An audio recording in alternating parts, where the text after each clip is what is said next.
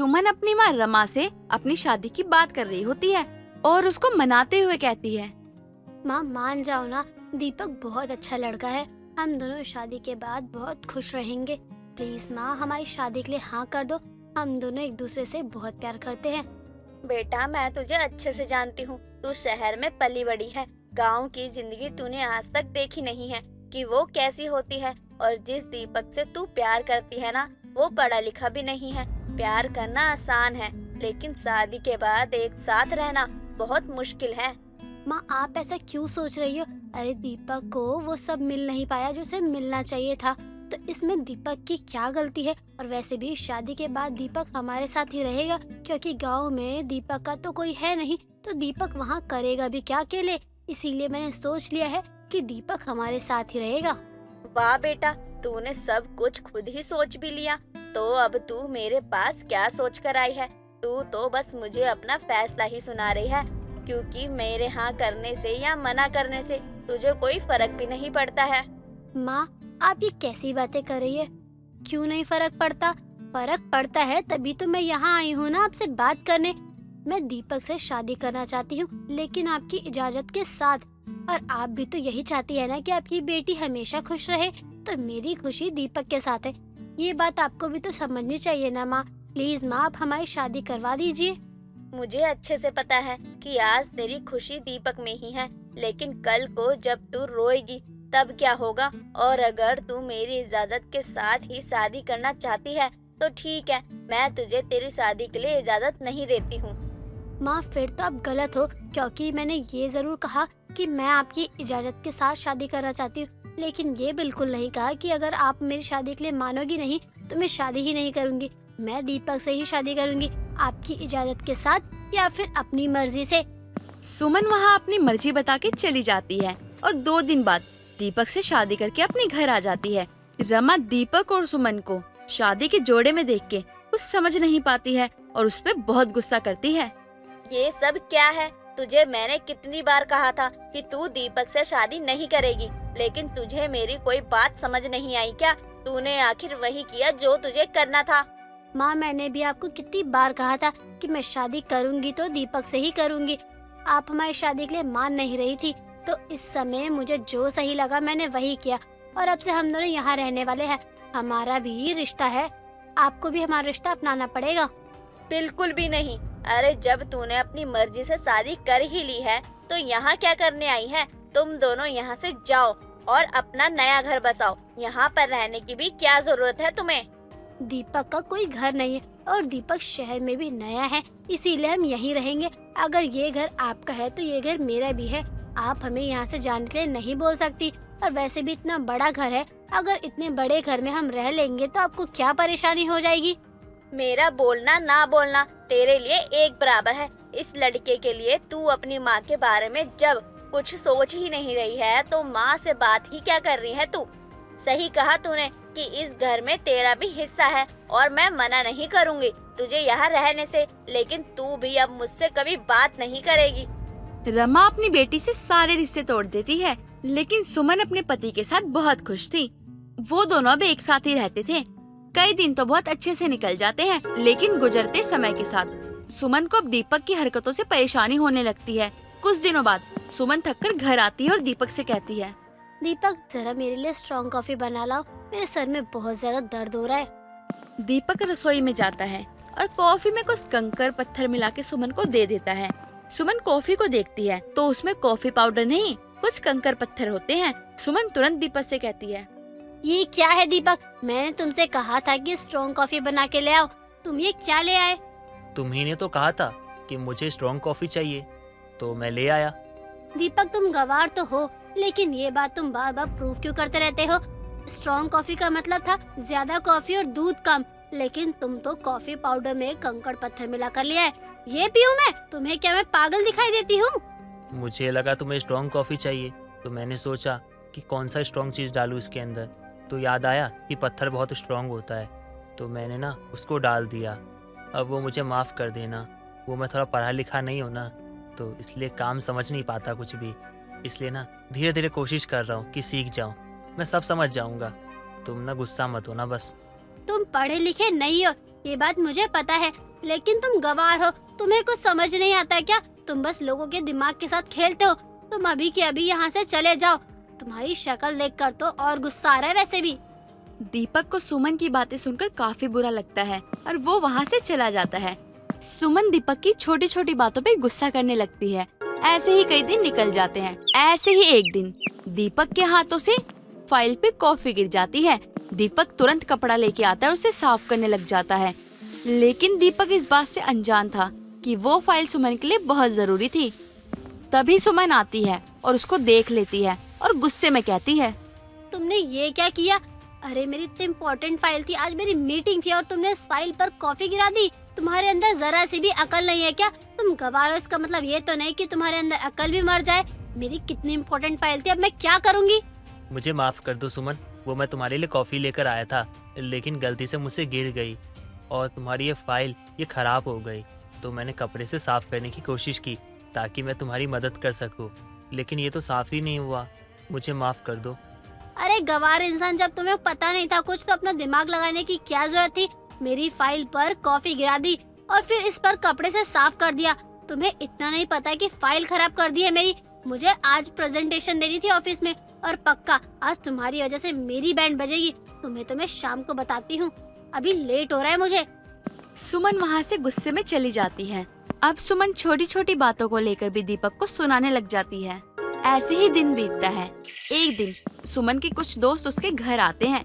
उन्हीं में से एक प्रीति नाम की दोस्त उसके पति को काम करते हुए देखती है और बोलती है, वाह यार सुमन, तेरा पति कितना अच्छा है। तेरे घर के सारे काम करता है, एक भी चू नहीं करता, तेरी सारी बातें मानता है। तू तो बहुत लकी है। अरे काहे की लक्की, जब से इससे शादी हुई है ना, तब से तो मेरी जिंदगी खराब हो गई है। मैंने तो प्यार के चक्कर में पड़कर शादी कर ली थी, लेकिन ये ना प्यार के लायक है और ना ही शादी के लायक। बिल्कुल गवार है, गवार, इसे कुछ नहीं आता। यू मीन गांव का गवाह देसी? हाँ देसी तो है। सच में फंस गई हूँ मैं इससे शादी करके। मेरा गवार पति, मुझे बोलने में भी शर्म आती है, कहीं लेकर भी नहीं जाती इसीलिए कि लोग हंसेंगे मुझ पर। दीपक ये सब सुन रहा होता है, लेकिन दीपक कुछ नहीं बोलता है। तभी सुमन की माँ वहाँ आती है और उसे जोरदार थप्पड़ लगाती है। ये सब तेरे पति की नहीं बल्कि तेरी गलती है। तूने ही जिद की थी शादी करने की। मैंने तुझे कितना समझाया था, लेकिन तूने मेरी एक बात नहीं मानी। और अब जब तेरी शादी हो गई है, तुझे समझ आ गया है, तब तू अपनी पति की गलती निकालती है। खबरदार, जो तूने अपने पति के बारे में एक लफ्ज भी उल्टा बोला, तेरे लिए गवार होगा, लेकिन मेरे लिए मेरे घर का दामाद है। तू तो घर को समझती नहीं है, लेकिन जब से ये आया है, इसी ने पूरा कुछ संभाल रखा है। अगर तूने आज के बाद बदतमीजी की तो इस घर से तेरा दाना पानी उठ जाएगा और तू कुछ कर भी नहीं पाएगी। अपनी माँ की बात सुनकर सुमन अब अपने पति को कुछ नहीं कहती है और धीरे धीरे दीपक भी सब कुछ सीख जाता है। अंडा कढ़ी खाने वाली बहू। नेहा कहने को तो ब्राह्मण परिवार से थी, लेकिन उसे अंडा कढ़ी खाने का बहुत शौक था।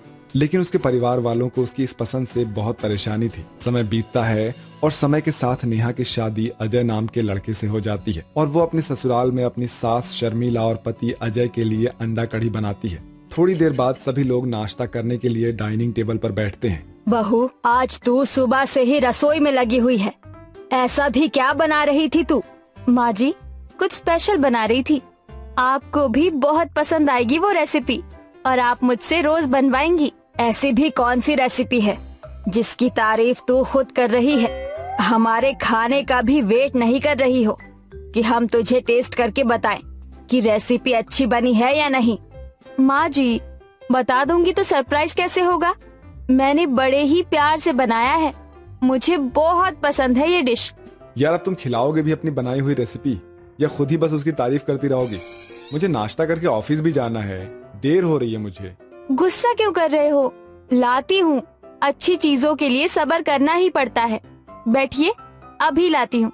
नेहा इतना कहकर रसोई में जाती है और सबके लिए अंडा कढ़ी और रोटियां लेकर वहां आती है और सभी को खाने के लिए देती है।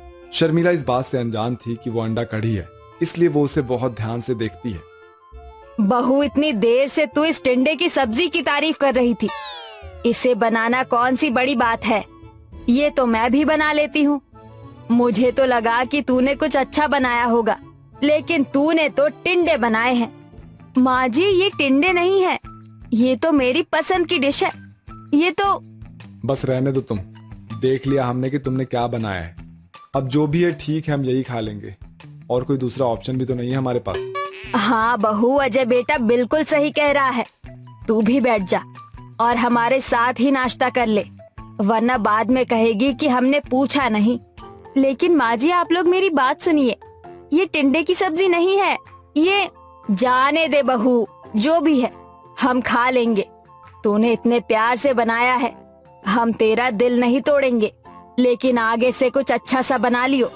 कई बार कहने के बाद भी शर्मिला अपनी बहू की पूरी बात नहीं सुनती है और अंडा कढ़ी को टिंडे की सब्जी समझकर खा लेती है। नाश्ता करने के बाद नेहा हंसने लगती है। माँ जी, आज मैं सच में बहुत खुश हूँ कि मैंने आप सभी लोगों के साथ बैठकर अपनी मनपसंद चीज को एंजॉय करते हुए खाया, वरना जब मैं अपने घर में अंडा करी खाती थी तो मुझे मेरे सभी घर वाले बिल्कुल अलग कर देते थे।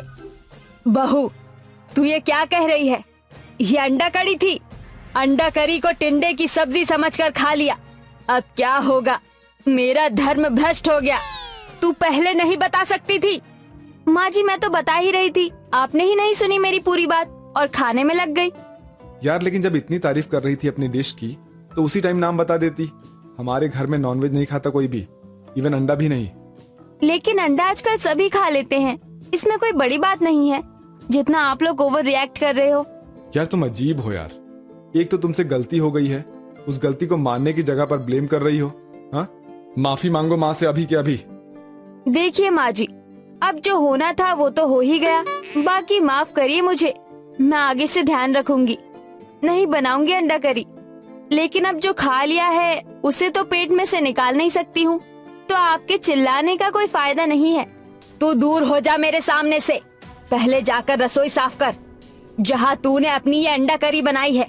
आगे से बनाने की सोचियो भी मत, वरना मुझसे बुरा कोई नहीं होगा। शर्मिला इतना कहकर वहाँ से चली जाती है और अजय अपने ऑफिस के लिए निकल जाता है। जो परेशानी नेहा को शादी से पहले अपने घर में थी कि वो अंडा कढ़ी नहीं खा सकती थी, वही परेशानी उसके ससुराल में भी थी। इस बात से दुखी होकर वो अपनी सहेली काजल को कॉल करती है। काजल यार, तू कहाँ है?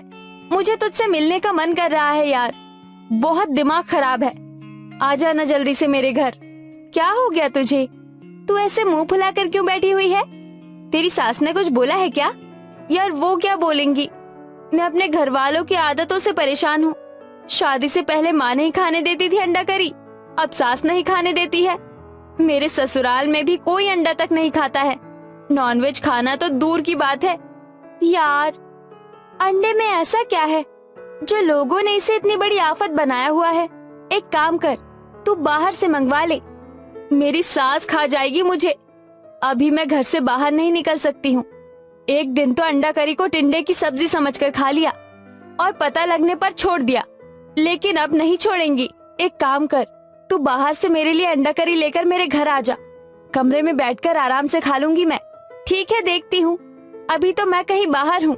काजल इतना कहकर कॉल रख देती है और नेहा खुशी खुशी अपने घर के कामों में लग जाती है। कुछ देर बाद काजल नेहा के लिए अंडा कढ़ी लेकर चुपके से उसके ससुराल आती है। दोनों हॉल में बैठी आराम से अंडा कढ़ी खा रही होती है कि तभी शर्मिला अपनी पड़ोसन कमला को लेकर घर आती है।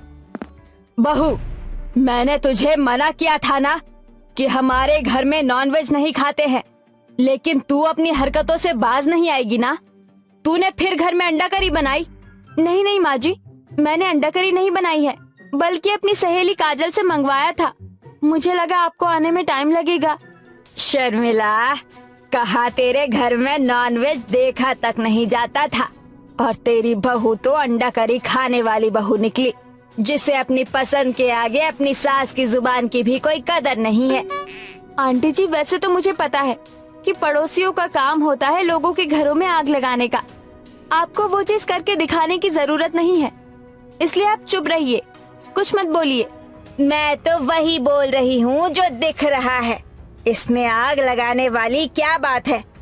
मैं तेरी सास की पक्की सहेली हूँ, इसीलिए मैंने इससे दोस्ती बनाए रखने के लिए खुद नॉनवेज खाना छोड़ दिया, और तू इसकी बहू होकर अपनी मनपसंद अंडा करी नहीं छोड़ सकती है। आंटी जी, अंडा करी खाने में कोई बुराई नहीं है। आजकल तो जो लोग नॉनवेज नहीं खाते हैं वो भी अंडे खाते हैं, क्योंकि इसमें बहुत प्रोटीन होता है। हाँ आंटी जी, नेहा बिल्कुल सही कह रही है। मैं तो बोलती हूँ आप सभी लोग अंडा खाना शुरू कर दो। काजल की बात सुनकर शर्मिला को बहुत गुस्सा आता है। वो काजल को उसके घर में अंडा कढ़ी लाने के चक्कर में बहुत सुनाती है, जिससे नाराज होकर काजल वहाँ से चली जाती है। ऐसे ही कुछ दिन और बीत जाते हैं। तभी एक दिन नेहा कमला के घर किसी काम से जाती है और उसकी रसोई में अंडे उबलते हुए देख लेती है। तभी नेहा को रसोई में जाते हुए देखकर कमला के हाथों से प्लेट छूटकर जमीन पर गिर जाता है। क्या हुआ आंटी जी, अपनी चोरी पकड़े जाने पर डर गई क्या आप? चोरी? मैंने कोई चोरी थोड़ी ना की है। क्या बोले जा रही है बहू तू? आंटी जी, इस घर में आप अकेली रहती है और आप भी माँ जी की तरह नॉनवेज नहीं खाती हैं, अंडा तक नहीं खाती हैं।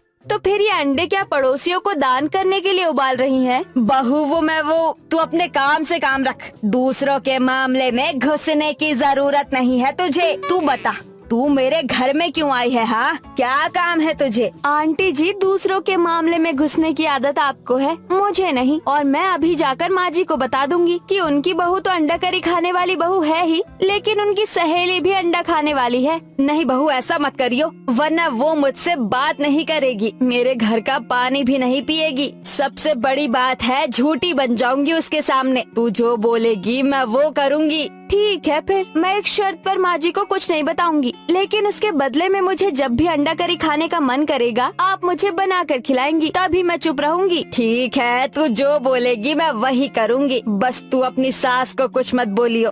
अपनी दोस्ती के कारण कमला नेहा की बात मानने को तैयार हो जाती है और उसे जब भी अंडा कढ़ी खाने का मन करता है तो वो अपनी पड़ोसन कमला के घर पहुंच जाया करती है। इस तरह से नेहा को अपनी मनपसंद अंडा कढ़ी भी खाने को मिलने लगती है और उसकी सास की बात का भी मान रह जाता है। दोस्तों, अगर आपको ये कहानी पसंद आई तो इसे लाइक करें, शेयर करें और कमेंट करके बताएं कि कहानी में आपको सबसे अच्छा क्या लगा।